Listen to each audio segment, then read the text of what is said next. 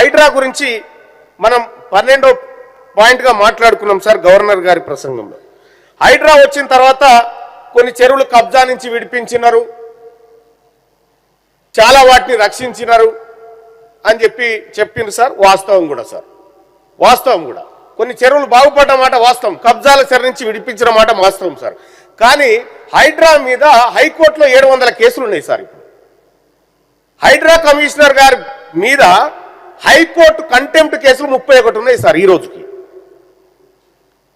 హైడ్రా కొంత అత్యుత్సాహంగా పనిచేస్తుందా ఏందనేటువంటి ఒక వాదన వినిపిస్తా ఉంది సార్. చేయాల్సిన దానికంటే ఎక్కువ చేసి మేము మీ దాంట్లో కూలగొడతాం, మీరు నిరూపించుకోరు, ఇక మీరు బోర్డు బాటేసిపోతున్నాం, మీరు నిరూపించుకోరంటే ఆయన రాత్రిలో లేకపోతే ఇంకేదో లంచ్ మోషనో లేకపోతే హౌస్ మోషన్ పిటిషన్లు వేసుకొని అప్పటికప్పుడు స్టేలు తెచ్చుకోవాల్సినటువంటి పరిస్థితి సార్. ఈ విచ్చలవిడితనం కూడా హైడ్రాకు మంచిది కాదు సార్. మంచి ఏంది చెడేంది అనేది చూసుకోవాలి. హైడ్రా అవసరం సార్, మేము కాదంటలేము, రక్షణ అనేది అవసరం సార్. కానీ హైడ్రా కమిషనర్ గారు గతంలో చెప్పినారు సార్, ఏమని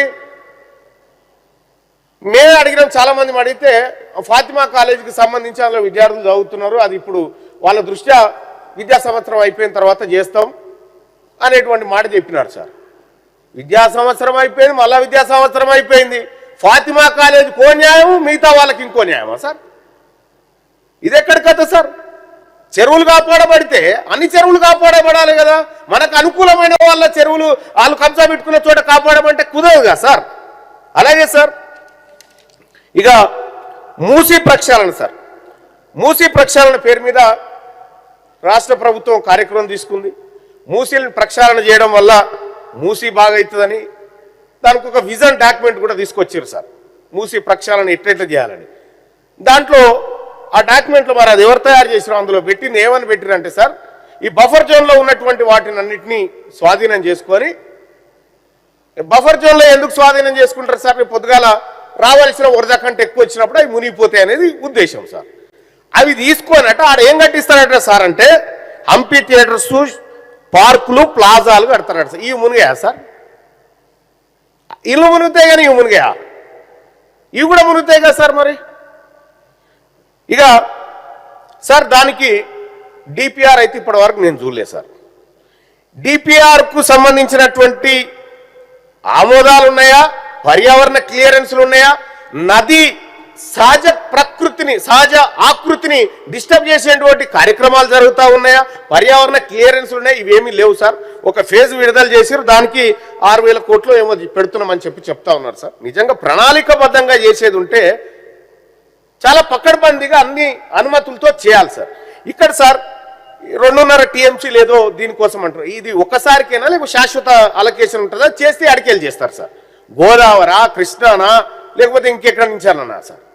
ఇది తేలాల్సినటువంటి అంశం సార్.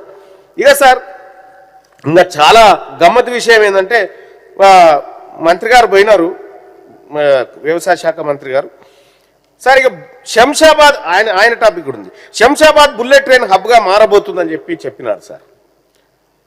సార్ శంషాబాద్ బుల్లెట్ ట్రైన్గా మారబోతున్నది సంతోషమే సార్. అది ఇప్పుడు కాదు, 2030 దాకా అయ్యే పరిస్థితి అయితే లేదు సార్.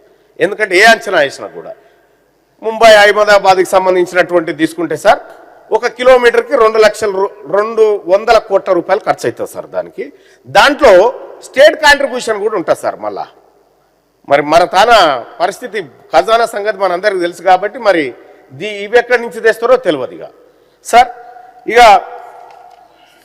దీని మీద కూడా గవర్నర్ గారి ప్రసంగంలో ఏం లేదు సార్. సార్ ఇక గమ్మత్ విషయం ఏంటంటే సార్, గవర్నర్ గారి ప్రసంగంలో 26వ పేజీ సార్, 26వ పేజీలో సార్ సులభతర వాణిజ్య మదింపులో తెలంగాణ టాప్ అచీవర్గా ఉందని గవర్నర్ గారి ప్రసంగంలో ఉంది సార్. వాస్తవమైన అధ్యక్ష? ఇది కాదు అధ్యక్ష. Department for promotion of industries and internal trade సంస్థ విడుదల చేసిన బిజినెస్ రిపోర్ట్స్ యాక్షన్ ప్లాన్ 2024 రిపోర్ట్లో తెలంగాణ 16వ స్థానం సార్.